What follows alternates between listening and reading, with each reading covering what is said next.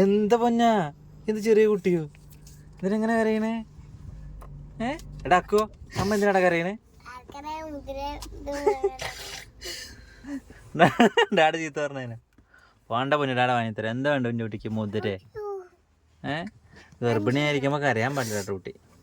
മുതിരയും പപ്പടല്ലേ വേണ്ടുള്ളൂ guys. ഇത് വേറൊന്നുമില്ല guys, മുതിരയും പപ്പടം വാങ്ങണം എന്ന് പറഞ്ഞു. അപ്പം ഞാൻ ഒന്ന് നിങ്ങൾ ചൂടായി. എത്ര വാങ്ങിക്കൊടുത്താലും ഇതാവില്ല എന്ന് പറഞ്ഞു. ഞാൻ രണ്ടാമത്തെ മൂന്നാമത്തെ വട്ടമാണ് കടയിൽ കയറുന്നത്. വീണ്ടും കടയിൽ പോകണം എന്ന് പറയുക. അപ്പോൾ ദേഷ്യം വരായിരിക്കുമോ? പറ ഗായ്സ്.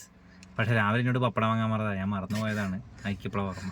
ഇതാ കുഞ്ഞാ, ഇറ്റ്സ് ഓക്കെ, വാങ്ങിയിട്ട് വരാം. മണിയാകെ ഇതാവും സുത്തപ്പണ്ടിയേ, നീലാമണിയേ. മുതിര മാത്രം മതിയോ? എത്ര കിലോ വേണം?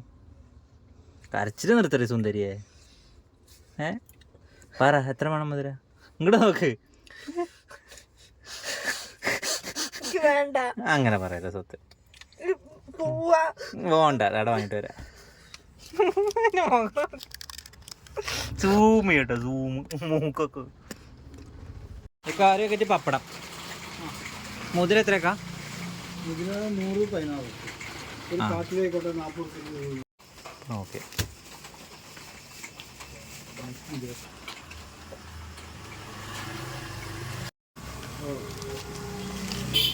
എനിക്ക് മനസ്സിലായില്ല. ഒന്നും വേണ്ടെന്ന് പറഞ്ഞാൽ അങ്ങനെ ഒരു ഐറ്റം കൂടി അധികം വന്നു. ഈ എൻ്റെ ഒരു ചോദിച്ചിട്ട് മുതിര എത്ര വേണ്ടതെന്ന്. അത് മതിയോ?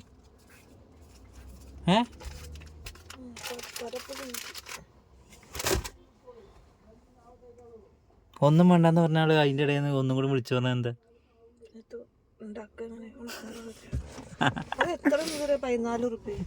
20 റുപ്യക്ക്